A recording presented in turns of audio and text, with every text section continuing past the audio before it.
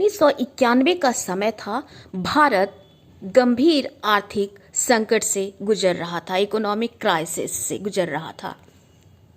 वजह थी बहुत ज़्यादा रिलायंस होना इंपोर्ट पे और अदर एक्सटर्नल फैक्टर्स पे। उस टाइम पे जो परिस्थितियाँ थी, एक तरफ गल्फ वॉर था, यूएसएसआर का विघटन हो चुका था, क्रूड ऑयल की कीमतें काफ़ी बढ़ रही थी, व्यापार और राजकोषीय घाटे में बहुत ज़्यादा वृद्धि हो रही थी, एक तरीके की अस्थिरता उत्पन्न हो गई थी।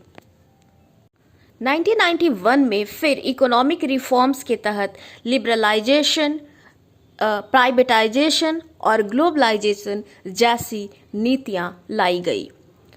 तो हम आज इसका जिक्र इसलिए कर रहे हैं क्योंकि उस क्राइसिस की स्थिति में भी भारत में फाइनेंशियल इमरजेंसी नहीं लगी थी। ये ध्यान रखना है, अभी तक आज़ादी से लेकर आज तक भारत में कभी भी वित्तीय आपातकाल नहीं लगा है।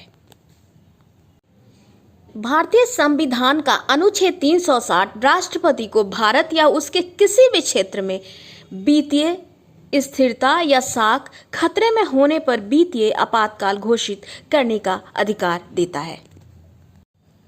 और यह वह समय होता है जब सरकार द्वारा सैलरी और अलाउंसेज में रिडक्शन की बात की जाती है। देखिए किसके, ये प्राइवेट सेक्टर के लोगों के लिए नहीं है, ये गवर्नमेंट सेक्टर के लोगों के लिए है।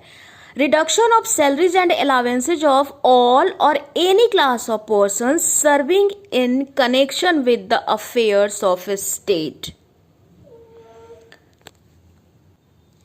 Reduction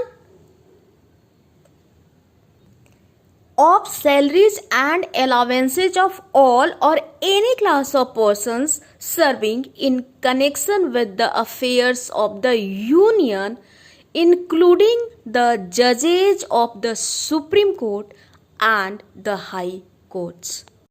अब हम बात करें पार्लियामेंट्री अप्रूवल की, तो इस प्रोक्लेमेशन को अप्रूव्ड होना होगा बोथ हाउसेज ऑफ पार्लियामेंट, मतलब कि राज्यसभा और लोकसभा से विद इन 2 months, और सिंपल मेजॉरिटी, किसी स्पेशल मेजॉरिटी की रिक्वायरमेंट नहीं है।